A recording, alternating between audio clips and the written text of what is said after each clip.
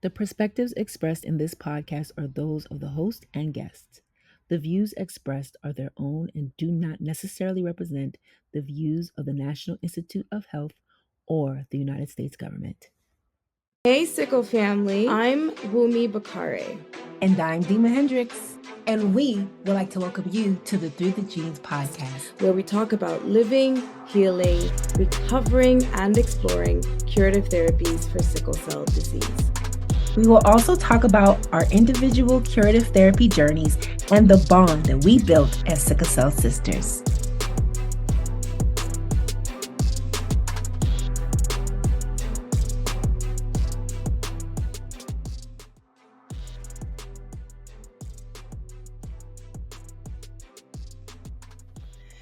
Hey, Sickle family. Welcome to a special episode of Through the Genes. I am your gracious host, Wunmi Bakare, and I have... Hello, everyone. I'm Dima Hendricks. Now, today we're going to tackle a very important topic, visible and invisible disabilities and how they impact us. Now, I'd like to welcome these two brand new guests. We are incredibly honored to have been a guest on their podcast, Mind the Gap, which explores themes of identity, self-discovery, personal growth, and we absolutely enjoyed being their guests. So today we have on Seonni and Vanesha. Welcome to the show. Super excited to have you both. Thank you for having us. We're excited to be here. Yeah, thank you so much. Now, for our Through the Genes audience, we want you to explain Mind the Gap. What made you come up with this concept of this podcast? Absolutely. So I think the best place to start is 2020. So everyone was going through a lot of things during lockdown. And I was going through my own self-discovery journey, as was Seonni. And I was also deep in my own sort of like podcast listening.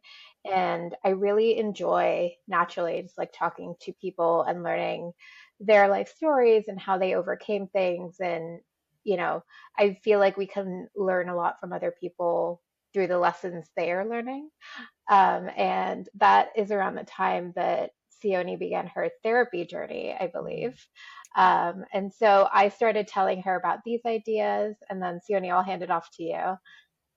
Yeah, we naturally just share a lot between each other, and we thought, wouldn't it be great if we just opened up these conversations for the world, because we learn so much from each other. So there's always something to learn from everyone's conversations. And then we thought, what if we factor in specialists as well who can help us navigate all the things that we're also talking about? So that's kind of where the idea of the podcast began. And then in terms of the name, Mind the Gap is a bit of a homage to the UK, as we're both born and raised here.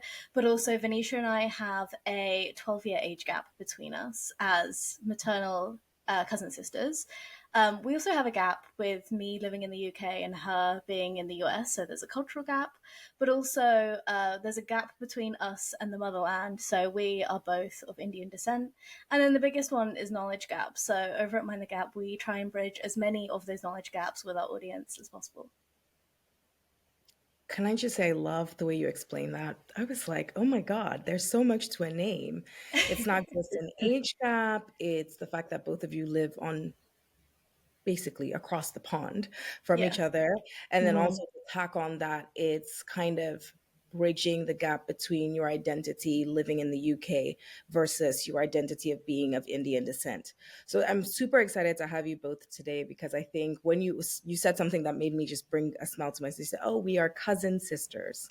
And for me, that's such a beautiful term, because it really, really highlights the bond that we just share with family. And I always say Dima is my sickle sister. We're not related by blood, but we're related by blood. Yes, go ahead.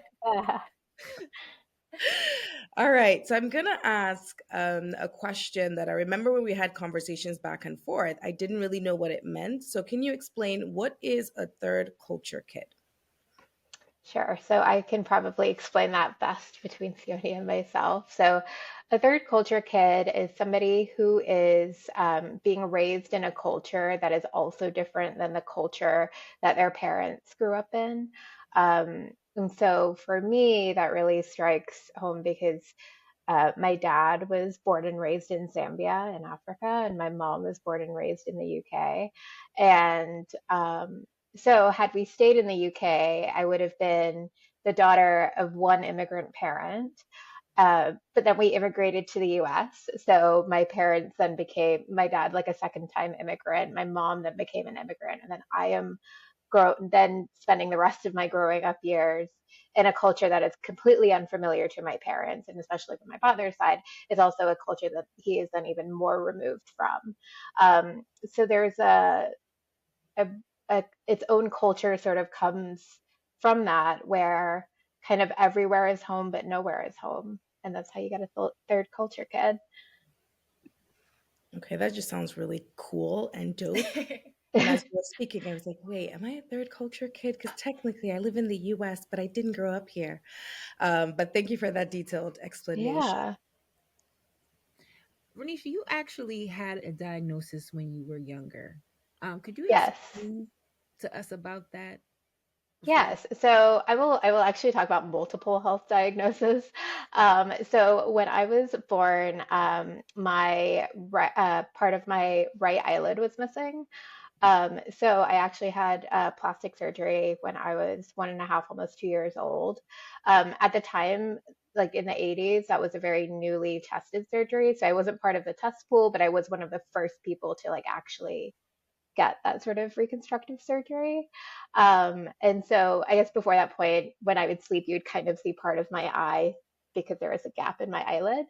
So that was the first like health diagnosis. And then as I got older, I used to get a lot of chest pains. I used to find running really hard. I remember going to physical therapy as a kid, but nobody really explained what the connection to that was. They really just told me that, like, because you have a little trouble running, we want to strengthen your lungs. No one really told me anything more than that. And then when I hit puberty, things became very apparent. So that's when I got my actual diagnosis of pectus excavatum. Mm. And what that means is an inverted rib cage. For a lot of people, it's both rib cages. For me, it's only one rib cage, so it's on my left side. So I have one side of my chest looks very normal, and the other side is an inverted, so it's concave. And yeah, so that was a great diagnosis to get around puberty. Once, everyone's thinking about like, am I going to get big boobs? Am I going to get cleavage? And I'm like, I don't even have a normal chest to start with. Like, how is this going to go? But yeah, that was kind of my diagnosis, a big shock to the system at a pivotal point of growing up. So the reason why I asked this question was because our diagnosis, as we mentioned in our podcast through the genes, our diagnosis with a visible disease, sickle cell, defined us and Hmm. defined our personalities and who we are. So I wanted to know, how did your diagnosis affect your sense of identity as you grew older? Absolutely. So I'd say, first of all, like I think most people can say their school age years probably weren't the best. It was really difficult. We're all trying to fit in. For me, it was kind of difficult because it's not something as prevalent as a limb deformity, right? Where someone can actually see it. It's something that's like under my shirt, so I can kind of hide it, but I also kind of can't hide it because it's a depression of the chest. So what I used to do is I used to like stuff my bras right on my left side so that shirts would like fall evenly and that sort of stuff. And it then sort of stemmed like this part of where it was also really skinny, and like weight is a big cultural conversation. So I used to get a lot of compliments for being skinny, and I could never really accept those compliments very well because I was like, but you don't know what I really look like. Mhm. Like, I know what I look like and I know what my problems are, but you're just seeing a skinny girl. So that began to affect my confidence. I was really depressed in high school. I definitely had thoughts of like, who's ever going to love me? It was like I put myself sort of through the mental health ringer through that. But it was just, we're living in a world where like aesthetics matter, and it affected my mental health. And then additionally, it's sort of, I can't really run. I can do like short sprints, but I'm never going to be a marathon runner. Like if I work out too hard, I get chest pain. If I carry a backpack that's a little bit too heavy, I'll get chest pains. Like sometimes if I'm sitting a certain way, I'll get cramps in my back or in my chest. And so there's always these things that are like just a little not normal, but like also um I'm normal passing, like I look, for pretty mainstream, and so I was very self-conscious of that. It affected how I dated. It's always like, oh, but there's this big secret I have to tell a boy. Like what happens when we get past making out? It was like this big thing that kept building and building. Um, so yeah, it felt like I was living like a little bit of a double life. It's really strange now looking back on it. Like I've had a lot of therapy. I also had a surgery. And so I think now looking back on it, I was like, wow, I that felt really big then, and it doesn't feel like at all a thing now. But it's been a very long journey. I like that you shared that because as you were speaking, I kind of identified the younger version of myself, identified with the younger version of you.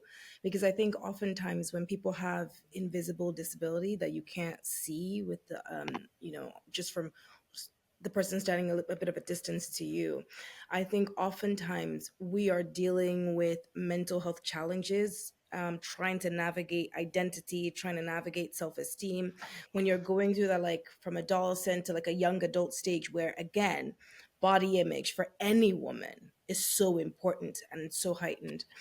um but kind of talk to us a little bit about, you mentioned how it was challenging for you to date. I can say, as someone who lived with sickle cell disease, I grew up seeing my disease as a stigma, but also not sharing it with people I dated. Because I wanted to at least establish some level of trust that if I told this person something that significantly impacts my life, they wouldn't leave. So, how have you been able to navigate dating, and where are you now as far as a sense of identity and feeling almost there's power in what makes you uniquely different from everyone else? Yeah, so I think when I began dating, so I think like culturally I was considered a late bloomer because I didn't really start dating till college.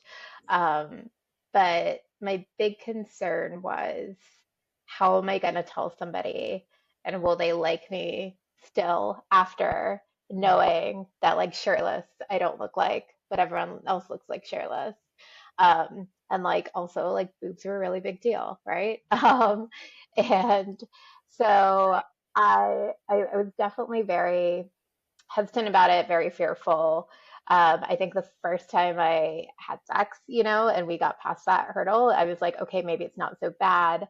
And I think even for him, he was kind of like, oh, this is like not a big deal. Like, and I think the fact that he was not a great guy, I would say overall, like as a person, but in that particular scenario, the fact that he like minimized it so much was very helpful for me, because I was like, this is going to end my world. I am not beautiful or lovable or any of these things. And he was just like, this is a non-issue. And I'm like, oh, it can be a non-issue. Like you're still going to be here despite this. So that was kind of the first time like my mindset sort of shifted. Um, Same with my second boyfriend. And I think after that, what I then noticed was like I kind of stopped thinking about what do men think. Um, and I started thinking about like what do I think? And for me, what was very hard is I felt like I love fashion and I couldn't really express myself in a way. Um, I mean, like, I feel like so many more things are acceptable now that they weren't then. And I just truly wanted to not think about it. And so that's when I made the decision to get surgery. So I went to a plastic surgeon. Now, there is a corrective surgery you could do. Me and my parents talked about it when I was 13, 14, and that's where they stick a metal rod in your chest and they rotate it and they literally pop out your ribs. And then you wear that for like a long time. Eventually, I think for some people the rod can come out, for some people it doesn't. And you're in basically a lot of pain, but you're like literally reshaping your bones.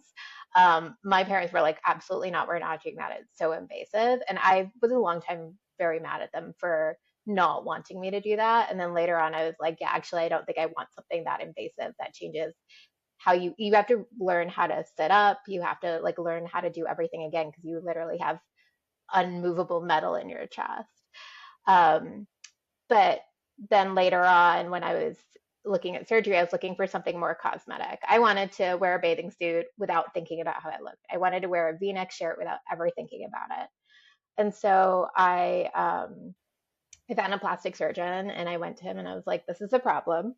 And I would like a boob job. And I actually found this amazing surgeon who listened to me, which is, I got very lucky. And the more that Seoni and I talk to women and talk to doctors, we find out more and more how hard it is to find a doctor that will advocate for you. I got really lucky on my first shot. I found a doctor who was like, I don't think a boob job is what you want. I think you're looking to feel more even and it's not even about the cleavage for you. And I was like, yeah, but like, what else is there? He was like, here's what I'm going to do. We're going to take pictures if that's okay with you. And then, do I have your consent to take these pictures to a plastic surgeon convention that I'm going to in a couple weeks? I will consult with the surgeons there, and then together we can come up with a solution that will help you. And they did that. And then I had that surgery and it was actually exactly what I needed. Like I think one of the things with surgery that he also said is like whatever you're envisioning, it probably won't look exactly as how you imagine. It's not going to fix everything, but it will definitely look better than like where you're at right now and it'll get you closer towards your goal. And he said to me, stay with us for at least a year. And if you still feel like you want a boob job, then come back to me. And he was right. Like within like 6 months, I was like, this is great. I am happy. I am fine. I don't need anything else. And it really, yeah, it really changed everything for me because I did it for me. And I, again, had a doctor advocating for me. And so it did make it a lot easier. Thank you for sharing that, because it just kind of makes me realize how we have different diagnoses here. We have different things here that are represented. And what you just shared makes me feel like, hey, we're in this together. My diagnosis is also, you know, fueling certain insecurities that I have about myself. So yeah, thank you for sharing that process. I do want to kind of pivot a little bit and ask Sione a couple of questions Yeah. about, yeah, you have an experience with your grandmother who had Bell's palsy, right? Am I correct? Yeah, yeah. Could you share your experience as a caregiver to your grandmother? Yeah, sure. So, for a bit of context, when my grandma was growing up, she had Bell palsy on one side of her face, which basically Hmm. means you have a weakness or like a Hmm. drooping within one side of your face. And I think just because of the state of healthcare way back then, I don't think it ever fully went back to normal. Usually with Bell palsy, it's something that's temporary. For her, it was not. So, growing up, she was, I think her parents very much push this narrative of like, you're never going to find somebody because you look this particular way. So for them, arranged marriage was a big thing, and that's pretty much how everybody was paired up. There was no finding your own and having this beautiful love story. And somebody came to her parents and said, we would like our son to marry you. And her parents said, absolutely, that's what you're going to do because nobody else is going to want to marry you. She at the time was in India with my granddad, and then they moved over and migrated to the UK. When she came to the UK, there are more healthcare options here compared to what there were in India back then, and she had some corrective surgery to help with that drooping. I've never seen pictures, so I don't know what the extremities of it are, but they told their children, so my dad and his brothers and sisters, that she was electrocuted. So I don't know why that was the case, that they've always gone with that narrative of she was electrocuted. But when my mum, who is her main primary caregiver, goes to doctor's appointments, she has then over the years realised that in her medical records it says Bell's palsy, and that's exactly what she has. She was not electrocuted. So I don't know whether there was some shame around how she looked, and so they came up with an excuse to tell their children. But I've only really noticed the emotional impact it's had on her more so as I've grown up. So growing up, she lived with me up until I was about 16. And then when I was 16, her and my granddad moved out just so they could have a bit more independence for themselves. So they only live about 5 minutes down the road. But I think the The big one when I noticed a difference is during COVID when we couldn't go into her flat to see her. She's a very high risk woman, so we'd keep our distance and things like that. And there was one particular picture we took outside her flat. She was standing in the window and we were outside. And when I took the selfie, obviously on my phone it shows as a reflection. It doesn't show as how you would see it in person. And in that photo, I looked at her face and I was like, this looks strange. And then I flipped it and to see what I would usually see, and then realized that's what she sees in the mirror every day is the flipped version, which looks so much worse than what it does to the rest of the world. Um, there are rarely pictures of her smiling with us. And I think that's when I kind of noticed for me that if you think that's how you look and you're not happy with that, you're probably not going to want to smile for pictures. You're probably not going to want to have your picture taken. So I think mentally, I've seen more and understood more of how it's affected her growing up and how she maybe treats herself in that regard, because I can imagine, you know, growing up being told that nobody's going to love you and also never really seeing anything different in the mirror other than your reflection that potentially looks a lot worse than what the rest of the world sees is something really quite difficult to live with. And I think as you get older, you have a little bit more sympathy and empathy for your parents and your grandparents. And that is something that over more recent years has definitely become a little bit more transparent, and you can understand more so why she is the way she is. But for her, I think it's not necessarily something she talks about, but you can tell in moments of taking photos or celebration moments and things like that how it potentially does affect her. And I think it's a lot to take, you know, growing up, like we've just talked about in terms of like dating and things, not that she had those experiences, but it's still something that massively impacts your confidence and how you move through the world. So I cannot even begin to imagine what that would have been like for her growing up. But yeah, it's not necessarily something she talks about, but you can see the emotional impact it's had over the years for her. I think it's very interesting. As you were speaking about your grandmother, all I kept thinking was she has been conditioned to think she will never be loved because of her appearance. Yeah. And so, even if by a miracle the droopiness was gone, she might still see herself the way she's always seen herself. And for me, I think stigma is often like there's a lot of stigma associated with complex diseases because again, you're kind of othered in a way that you shouldn't be. Absolutely. And as a young woman, I can just imagine, because one of the things I love about adulthood is you start to uncover the people that are your loved ones, either your mom, your dad, your grandparents. You start to know the individual outside of the role they play in your life, and that sheds more light into it. It almost makes you very empathetic because you fully realize that even though she is my grandmother, there is a woman behind my grandmother who Yeah. had to go through so many just things that will cause anyone anxiety and a Yeah. certain level of frustration when the world is telling them you you look like you're unlovable. So but in talking about that, one of the reasons why I loved having both of you on the podcast is there is solidarity in going through healthcare issues.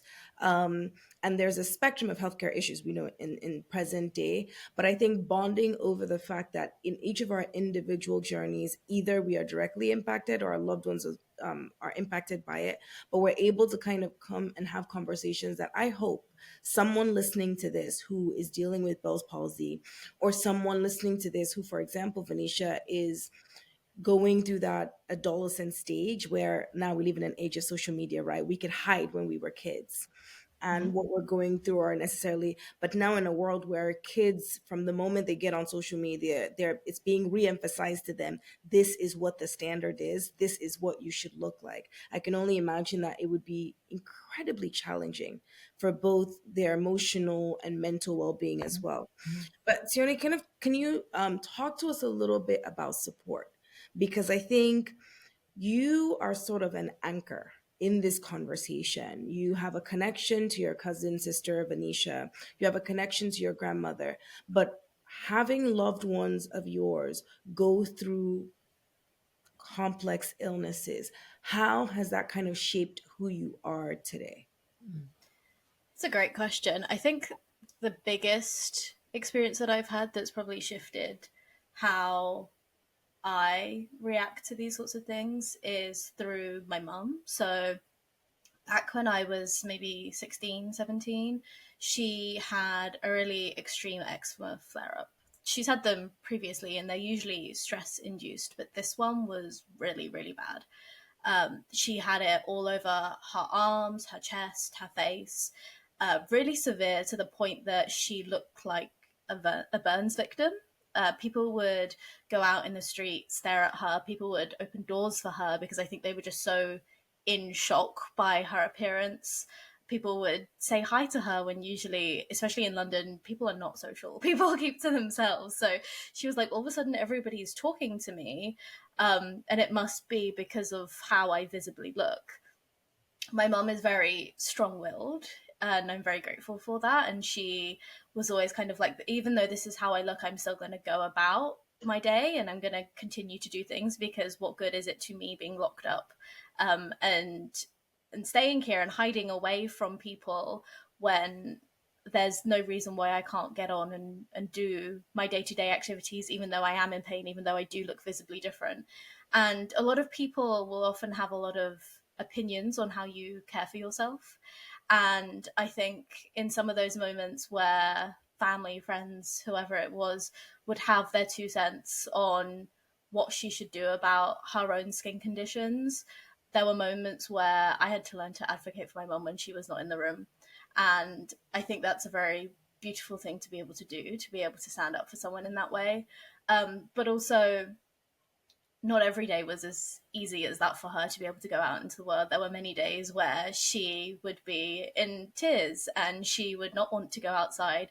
I remember she had an amazing opportunity to go to the patrons' lunch. It was around one of the Queen's birthdays. She was the patron of my secondary school and she'd won tickets to be able to go. And so she went with some of my teachers. She took one of her sisters, and her focus for that day. My mum loves to stand out in these sorts of situations, especially if there's going to be royalty. Why would you not want to stand out and catch the eye of a royal member of the family? But for her in that day, she wanted to blend in as much as possible because she did not want anybody to see how she looked. And the irony is she ended up on the front page of a newspaper because I guess the cameras must have seen her face, and when Prince Harry went to shake her hand, they must have thought, oh, she looks different, and everyone clearly zoomed in. Not that you can tell in the pictures on the first page, but it's funny to see that she was trying to blend in when the reality is she actually stood out, and she ended up all over the news and in the newspapers, on TV, all kinds of things like that. So it's been really interesting following her through that. And now it's cleared up and it comes out in other ways. It's not reappeared on her face in the same way. But I think for me, it's taught me that being able to advocate for people when you have the opportunity is something really powerful, especially if they're not able to advocate for themselves. But also, as well, it teaches you empathy, because a lot of the times in those situations, a lot of people don't know what to say or don't even know what the right words are. And I think through that, it teaches you some of the small things that you can do and say. My mum has a friend who's she's really, really close with, who got diagnosed with cancer a few years ago. And my mum was just like, she's shaving her head and I don't know what to say. And I was like, well, this is some of the things I learned when you were going through things with your appearance of not knowing what to say.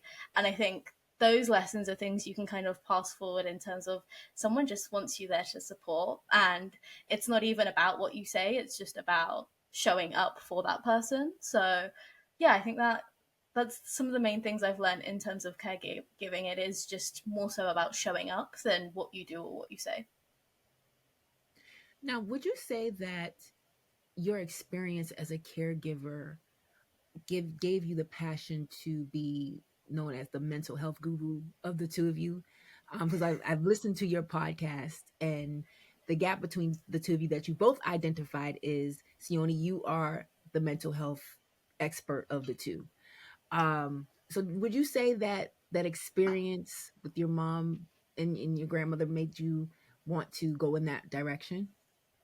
That's so funny that you say that. I would never think of myself necessarily in that light. I think I have been very lucky in having Venetia as my that to take on that big sister role for me and push things like therapy from a very early age. So at university in my second year, I had a bit of a depressive episode, Mm. and the thought of going to speak to someone about my problems gave me my very first anxiety attack. So, but also there's nobody in our family or in many generations that have been able to have access to those kind of resources from such a young age. And so I think my awareness for things like mental health has always been very present. I think just through the company Mm. I've kept, I've had really diverse friends, very sort of LGBTQ positive and things like that. So my mind has always been very open to a lot of things, and it's something I've taken through with me. Through university, I was always involved with sort of the welfare and diversity sections of the students union and things like that. But I think these experiences have pushed the direction in which I have taken therapy. Oftentimes, I've had several courses and felt like I've not really gotten to the bottom of what my problems are. And I've been very, very privileged in the fact that I've been able to figure out what it is I need and be able to seek out the right types of therapists to get that help. And it's funny because my therapist that I have now, she always says, I distinctively remember our very first conversation because you brought to the table exactly what you wanted. And I've never had anybody say, I want to do this work, this work, this work, and this work. They just kind of come with a problem and say, can you help me with it? Whereas I was like, I want to do inner child work, I want to do this, I want to do this. And it just sticks out so much in her mind that I knew exactly what I wanted to work on and fix and how to do it. And I was just looking for somebody to be the right resource. So I think I'm very aware that with the company I keep, a lot of us are very self aware. Mhm. And whilst that has many great privileges, it can be frustrating sometimes seeing other people having to take that journey in a lot slower pace when it's so obvious to you, but not necessarily as obvious to others. So I'm still learning patience with helping my mum, for example, work through her own emotions. But I think having people to push me in the right direction and then be able to take that journey has meant that my awareness of my emotions and my feelings are much greater than I ever thought they would be at this age. That's amazing. I always tell Sione she has a 10-year head start on things than I do. I did too because I didn't get access to therapy until Mhm. much later, right? Mhm. And then even it took some pushing to get me there. And so even though I think like you and I started seeing a therapist around the same time, I think maybe with Mm, like a 9 month to a year difference. yeah. She's 12 years younger than me. So Mhm. there's like many things that I experienced by myself without that kind of support and unpacking that I've been sort of building, and now I'm getting to unpack those things, and she's getting it, and she's getting a really strong foundation so much earlier. But then I see like as we talk about things, sometimes she's like, "Oh, my parents are doing this because," and I'm at this age, and I'm like, "Yeah, we went through that same phase, but you've got so much you because your mental health foundation is so much stronger. You guys are going to get through it a lot easier." Facts. You're lucky. Very. You are very lucky because it's interesting how now in my 30s, the significant benefits of having a therapist have shown me that it's just like the way you take your car to get an oil change. I feel like that's how important mental health should be for everyone. The minute you are old enough to deal with copious amounts of stress, Mm-hmm. i.e., from age 16 and above. Um, So I really, really hope that, again, it continues to be a strong foundation for you. But not only that, but you are in a position to also teach, because I think we have to recognize not everyone has access to mental health services. Yeah. And so I feel like, with the knowledge I've gained and the tools I've had, there are people close to me who don't necessarily believe in therapy, but I've been able to share a thing or two about that I've learned that helps to Yeah. shift that perspective just even a little bit. All right, so now let's segue. When you had us on your show, one of the reasons Dima and I were excited was it gave us an opportunity to not only showcase the podcast, but also talk about our unique stories with sickle cell disease and how we've navigated this. Now, as both of you might be aware, how did you what was your awareness of sickle cell disease, and how is sickle cell disease seen in the South Asian community? Because oftentimes, as patient advocates within this space, Dima has 10 years, I maybe have 3 to 4.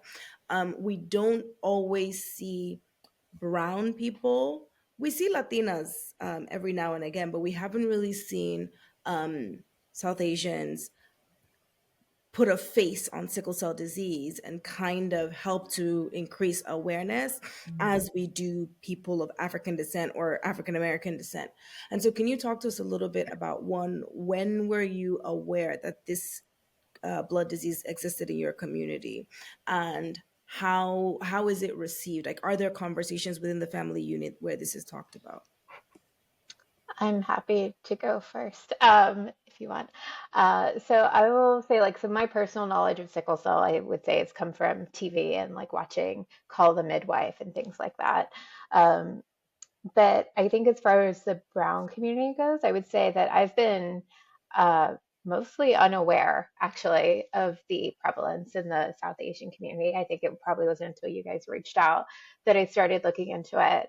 I also posed the question to my father, and my father's an engineer. He's super knowledgeable. Um, he's very well read. He's read, like all the main, the main books for the big eight religions and like all these things. Like he's very um, knowledgeable. And even for him, he was like, "Oh, that's not something that really affects us, does it? Or is it only in like one part of India?" So I think it was really surprising for me that he didn't know anything because he knows more than anything, about anything than anyone I know. So I think for my dad to also not know was really surprising. Um, and then I would say that it then is not what is not surprising to me is that it's for South Asians to not know something. When we talk about like my health diagnosis with pectus, they told me it's an anomaly that happens, and I later found through Google, and things that it's a genetic condition, and then also me and my brother now have it, so like clearly it runs in families. For me and my brother to have the same deformity, that's a genetic condition. That means one of our grandparents or great grandparents would have had it. I also have alopecia, and I didn't find out until 2015 when our grandmother was in hospital, and I was talking to our grandmother's brother that he had alopecia and he had a huge flare up in his 20s. There are I had lots of no things that idea. run through. Yeah, when he was 24, he lost all of his hair, all of his eyelashes, eyebrows, everything for 2 to 3 years. Yeah. And so there's stuff like that, right? Like I thought Sione knew because we were visiting, but I don't think we were in the same part of the hospital that day. We were in the hospital together that day, but I don't think we were in the same conversation. So it's stuff like that. And I think it's very prevalent in the South Asian community to not talk about health problems. I think that's why I value the bond I have with Sione so much because the only way we know what's happening as a family in the family is like when we talk to each other. Um, so I can just exponentially expand that throughout the community. I think it's not a surprise to me that Indian people don't know or the people that I've talked to so far, and um, yeah, it's kind of a shock. Yeah, I definitely Sione. second that. I didn't have a huge awareness of it. I felt like I'd heard of it. I kind of had an idea it was something to do with your blood, but I really didn't know the details until you guys came on to our podcast and really shared your experiences. And then after we recorded that episode, actually, I went and spoke to my mum, and I was like, I just spoke to these two really incredible women, but also posed the same question to her and was like, what do you know about it? And I was like, so surprised by her reaction, because she knew even less than I did, which I thought was amusing, but also she had no idea as well of the extent that it impacted our communities as well. So just like Venetia said, the fact that in Indian culture, people don't like to air out their problems, people don't like to share the things that are going on. It doesn't surprise me that people are unaware. But given that Venetia's dad has grown up outside of the UK, and many of our mum's siblings have also grown up outside of the UK. It's surprising to me that it's not something that's at least more commonly known just as a disease in general, regardless of how much it affects our community. I would have thought that potentially it would maybe have come up more through communities of, you know, people that they've met and things like that, that maybe just an awareness of the disease as a whole would be a bit greater. I just want to add one more thing to that. Is when I turned 30 and I went for my annual exam, my doctor, again, a randomly found doctor who happened to advocate for me, she said, I'm going to do some extra blood panels because you're 30 and because you're South Asian. She's like, South Asian women past, or South Asians generally past 30, tend to be pre-diabetic just because of the general like disposition. And it actually goes back to like generational trauma, colonialism, and like famine. But anyways, that's kind of what we're predisposed to diabetes. And so it came back, and some things are like borderline, and things continue to be borderline no matter how great I eat or exercise. And it came up with my friends last year, and we were talking about it. We're all borderline diabetic. We're all trying to get healthier and all these things, but also our our blood is not on our side in that sort of sense. We are predisposed for this, and we all have to be extra careful now that we're at a certain age with our health if we don't want to be diabetic. And I think it's important, like that, like we're all in our friend group talking about it as a how do we prevent something happening. I think in like the age group that our parents are in, it's more like when something is fully diagnosed and only if it feels like a great impact, like the food you serve in communal settings, then you would probably mention something like that. But that was also news to me when I turned 30 and I had that annual exam. I was like, oh, am I? You know, and it's the entire South Asian population. Wow. Yeah. It's kind of cool. I'm sitting here watching you guys actually learn about your own family history. You didn't see, Yeah. you didn't even know about Yeah. That, a family member that Yeah. has each other. So it's kind of it's very interesting to see that. I'm glad that we're discussing this on the show, but I wanted to know, um, even though there's like a lot of lack of awareness in South Asia, and I know you guys still have a pulse on the South Asian community, even though mm, you're in the UK, Seonni and Venetia, you're in the US. mhm.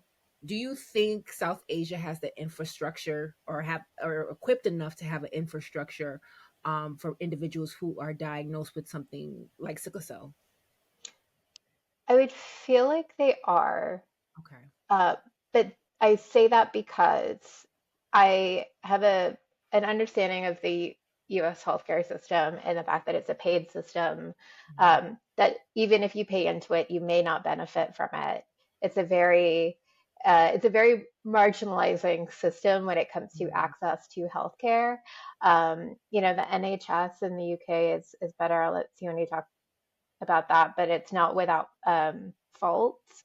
uh, in India, and my dad has done this when he goes to India, he'll be like, "Oh, I'm gonna spend a day at the health hospital or whatever," and then like you know, you spend 150 bucks and you can get an MRI, a CT scan, an X-ray. You do full blood panels, everything. You can get he gets like he'll do like a full workup of everything ever that could possibly be tested for what is considered a nominal amount that you would pay as a copay here. So I would say that the access to comprehensive healthcare at cost, is quite different than here, where you could be dying and you still have to beg for it. I feel like in the US, to be super frank, that's like my personal opinion, but I don't think we got great healthcare here. And when you compare to other countries like India and you hear like what you can get, and like people will take vacations to countries that are like this just to get that full workup. And you can get that there. So, I would agree. Even in the UK, with the NHS, obviously our healthcare is free. It definitely comes with flaws.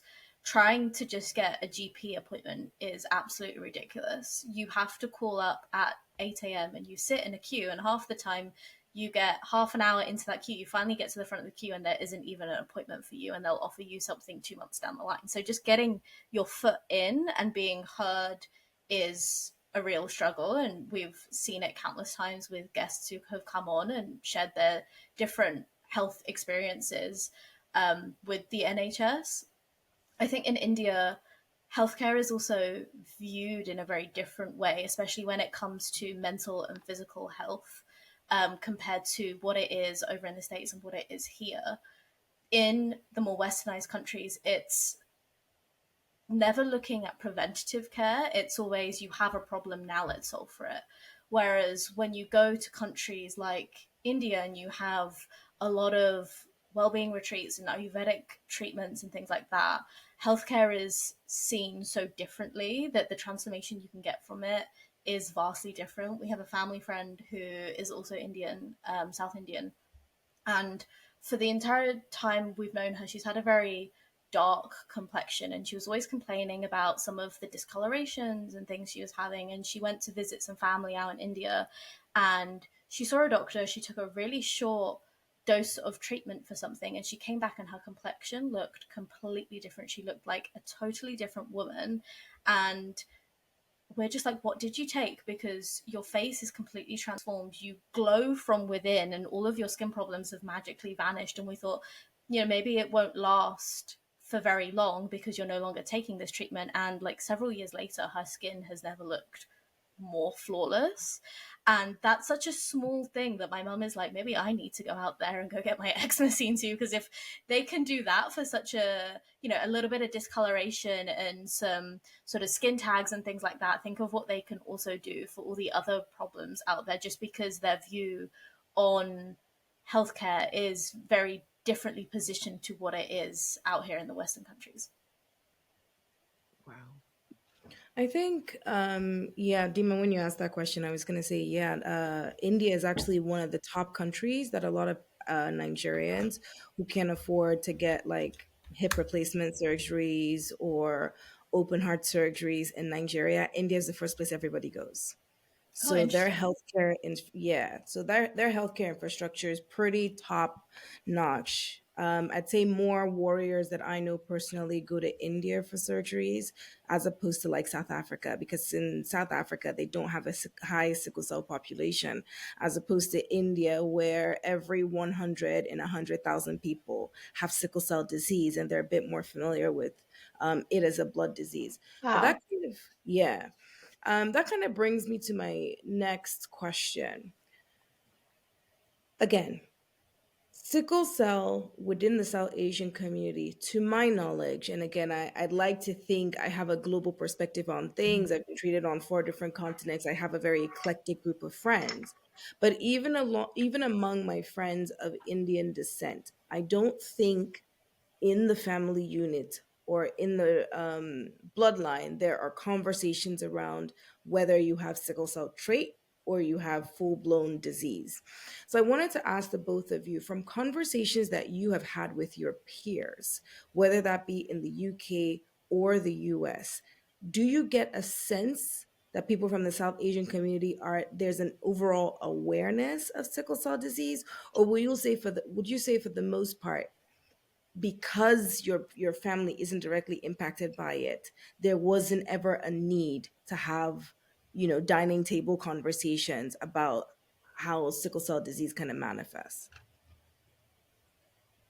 Do you want to go first? Sione, do you want to take that? Oh, yeah, I can. Or I, yeah. I'd say for me and my friends, I feel like there is such a lack of awareness.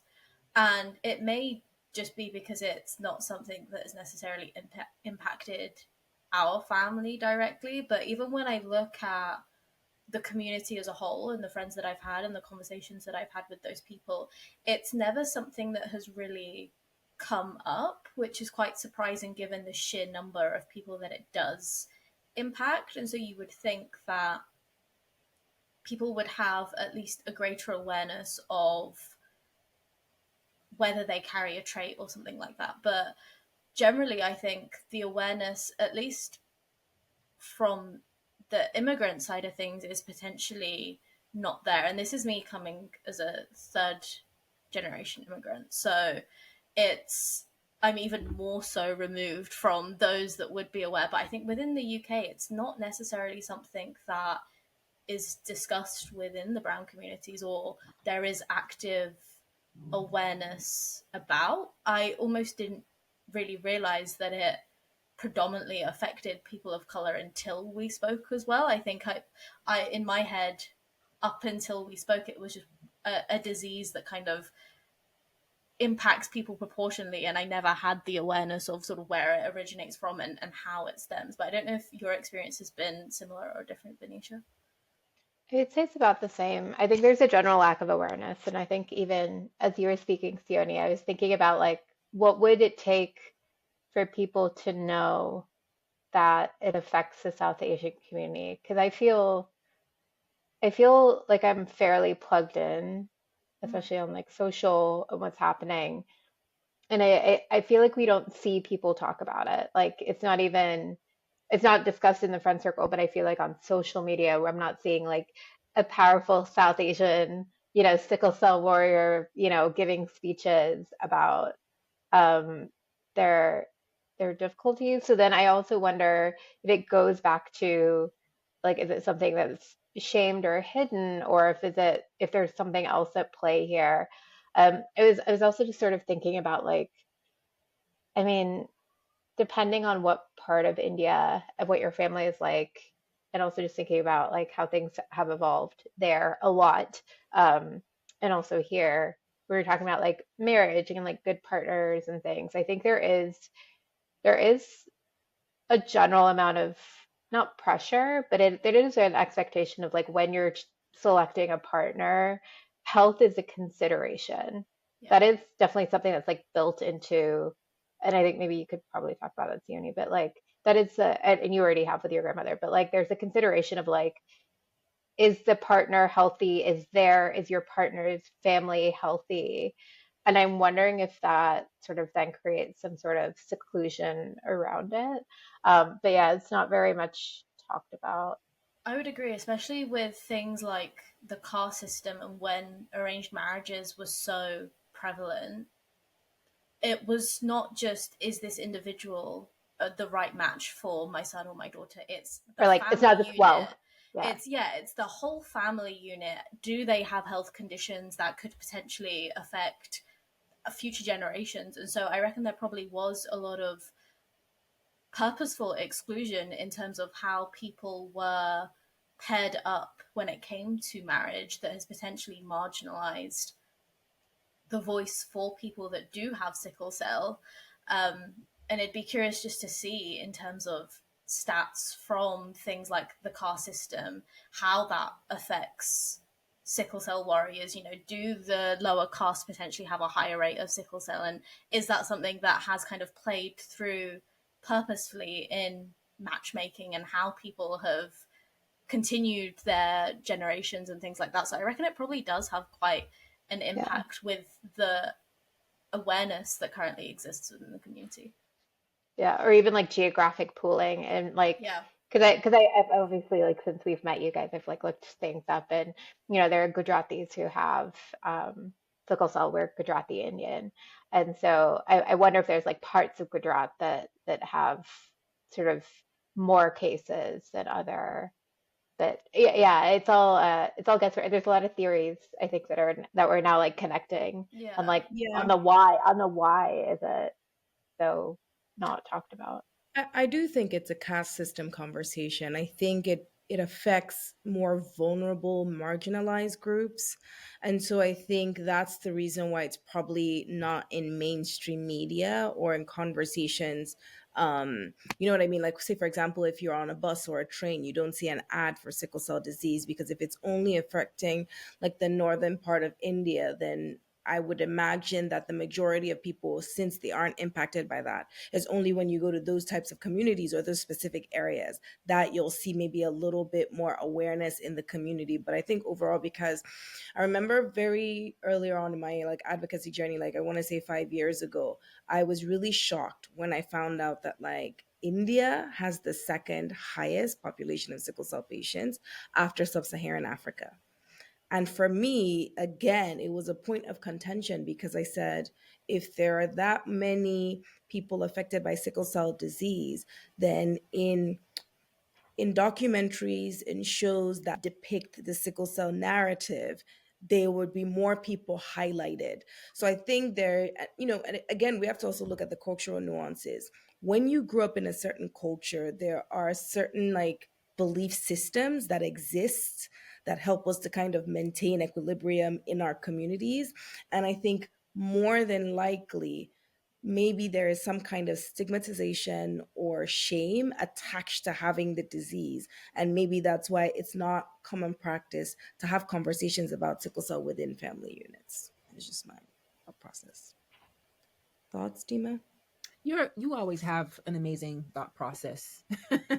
You always bringing something to the table with me, and I'm actually thinking about getting medical care myself in in India now, because I was on a personal level. I was looking for just a retreat to go away, to like Mm-hmm. to have some time, and for a month.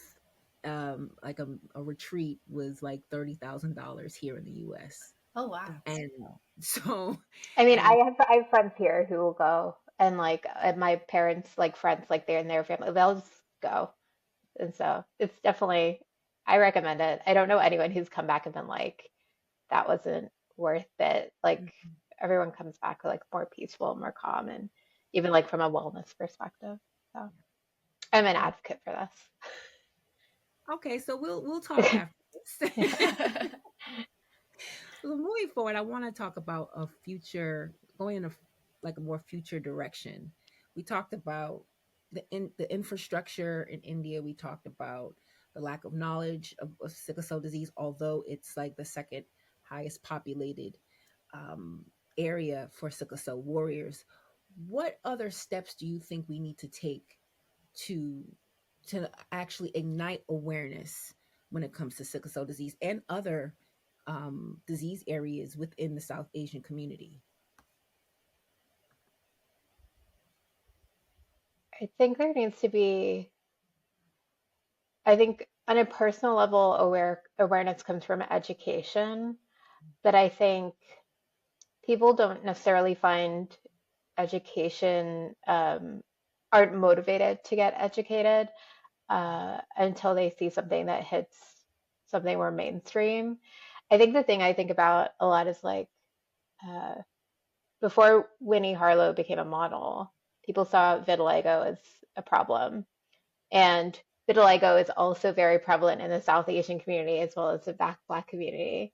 Um, and I think, I've been to, weddings and Indian events, and I'd be like, Mom, Dad, like, why does their, like, are they okay? And my mom, I was like, oh yeah, like they lose pigment in their skin. It's a skin condition. Like my parents could explain it to me, but it's like you're not going to ask questions if you don't see it.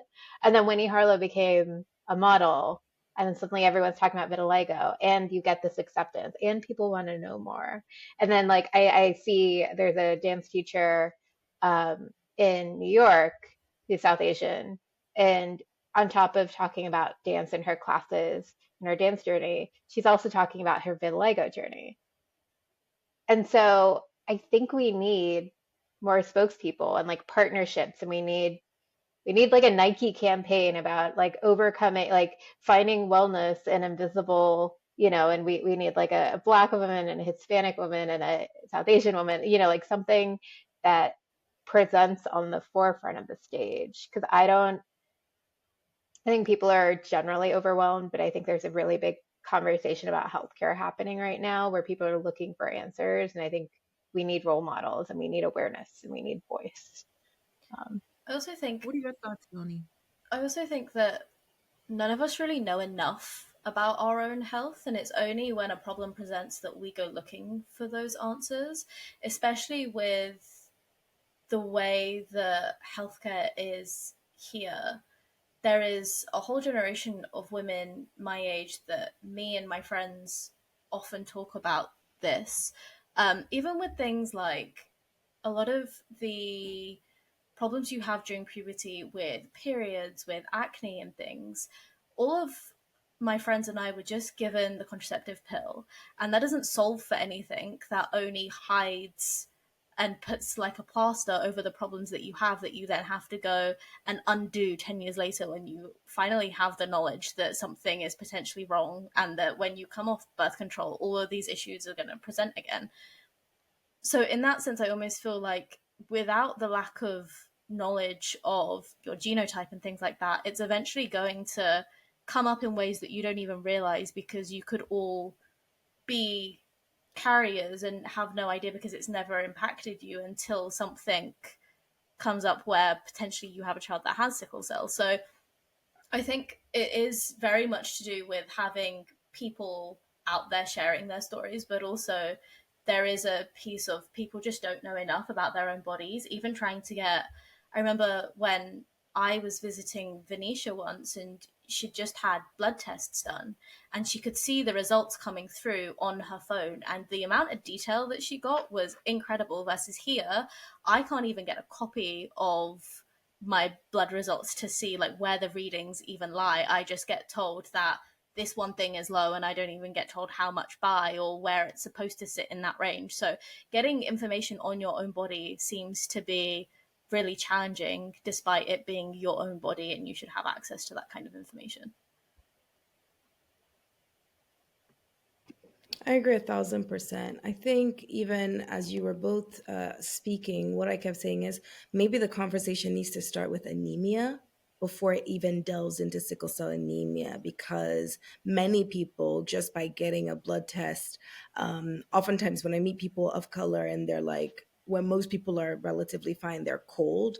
I'm like, it could be possible that you are anemic. That's a consideration, and so maybe that needs to be the approach into having larger conversations like this. As you both were speaking, I was trying to search for famous celebrities who have sickle cell disease, and everyone that came up where in the science space, like chemical engineering, these are people who are like well established, but are then leveraging their intelligence and also their status to talk about sickle cell disease. But I then said it might be also a conversation where if we humanize how we talk about these diseases, because when you really think about culture and how culture works within like a social community, um, we do what we're told, and for generations we've been doing that. But I think things need to change, especially in a day and age that we live in now where rare diseases and autoimmune diseases are becoming more prevalent. I think there's been changes in our food, how things are grown, and so things are morphing in the human system way differently that they were in the past. And so I just think we all have to be kind of educate ourselves about things that involve our health, because once you don't have your health, you have nothing. And so I think that that's kind of one strategy at the top of my mind that I was like, oh, this might be a way to kind of navigate that conversation better. But Benicia Sioni, this was such a great conversation. I'm happy we did this because it gives us an opportunity to really fully understand your whys. And for me as an individual, I'm drawn to people when I better understand what makes them thrive and what makes them in you know especially great in the space that they take in. And Venetia, thank you for, I remember the first time when we connected about the collaboration and you really were so transparent with us and trusted us with that. And so I just wanted to say, incredibly grateful that you deemed our podcast worthy of sharing your deeply personal story. And so I hope that when we finally premiere this episode, that someone somewhere who is dealing with that can look to you as a source of inspiration to keep going, because you have conquered and you have been able to grab life by the horns, and also your health, I think, because even though you said, yes, I was lucky to find a doctor who took my case to a conference, there's still that proactive method where you didn't take no for an answer and you genuinely wanted to find a better solution for Yeah. what you were born with. Yeah. I thank you so much. I really appreciate that. I also just want to add that, like, for anyone who's listening, and I feel like you guys probably tell your listeners this too, but when it comes to doctor advocacy, like advocating for yourself, I think people get really scared of getting other opinions. Yeah. Like when Sione was getting on birth control, I used to be like, and I was like, are they telling you what all your options are? And like, if this one isn't fitting right, make sure you go back to the doctor. But also I had needed an endocrinologist, and I went to one doctor and all my blood panels were looking crazy. And he was like, yeah, but you're fine. And I was like, well, can you just explain what this panel means to me? And he was like, yeah, but you're fine. I could, but like, you're fine. Do you need to do another? I can give you a more extreme, like a more thorough test if you want. I was like, I just need an explanation. He was so dismissive, and I was like, I'm never seeing him again. And I saw this other doctor, and she literally just walked me through my panel. I was like, I don't even need to do the blood test again. Can you explain what all these hormones in the ranges, what it means? And she walked me, and I love her. Now she's in a different hospital system. I'm like, yep, I'll go to whatever hospital system you're in. And so I just think, as people go on their healthcare journey, whatever it looks like, it's really important to feel listened to.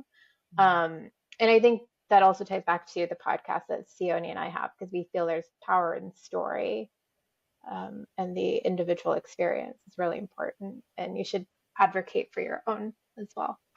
Yeah, I definitely agree with that. And Vanesha says, you don't know what you don't know. And I feel like our podcast is trying our very best to inform people so that they can know as much as there possibly is to know about all elements of life, so they can go and advocate for themselves, whether it's in your family unit, in your relationships, in your healthcare, whatever it is. The more you speak about things, then that's the only way you're going to know about certain problems. I had a friend recently go through a health scare, and I instantly, through just talking to people, was like, it could be endometriosis, it could be PCOS, it could be this, it could be this. And I helped her figure all that out. And she's like, how do you know all these things? And I think it's purely through being able to talk to people and understanding and wanting to learn about those things. So there's so much power in gathering knowledge, even if you don't feel like it affects you, because it comes in handy and it helps you advocate for not only yourself, but your peers, your family members as well. Well, thank you, ladies, so much for joining us. And I want to implore our Through the Genes audience to check you guys out. Please check out the Mind the Gap podcast. It's like 35 episodes, right? That's happening, right? That's 35 episodes. These episodes are amazing. I'm still combing through them. I've learned so much. There's amazing authors on there. When I'm telling you guys, I'm fanning out over this podcast. It's the absolute truth. And I've been writing things down and taking knowledge for myself. It's been very helpful. So Sione, Vanesha, thank you so much for joining us. It's been an honor for you to be on Through the Genes. Thank you so much. And thank you for educating us. Yeah, like I appreciate you wanting to have us on to educate us as well, as we're trying to fill in these like knowledge gaps. So yeah, very appreciative of how reciprocal all of this has been. Yeah, definitely second that. We've both learned so much. So we're so thankful that you reached out and you were willing to do this collaboration. Don't forget to follow Sickle Cell Prodigy and Through the Pain Inc. for additional resources and initiative updates. Thank you for tuning in to this episode of Through the Genes.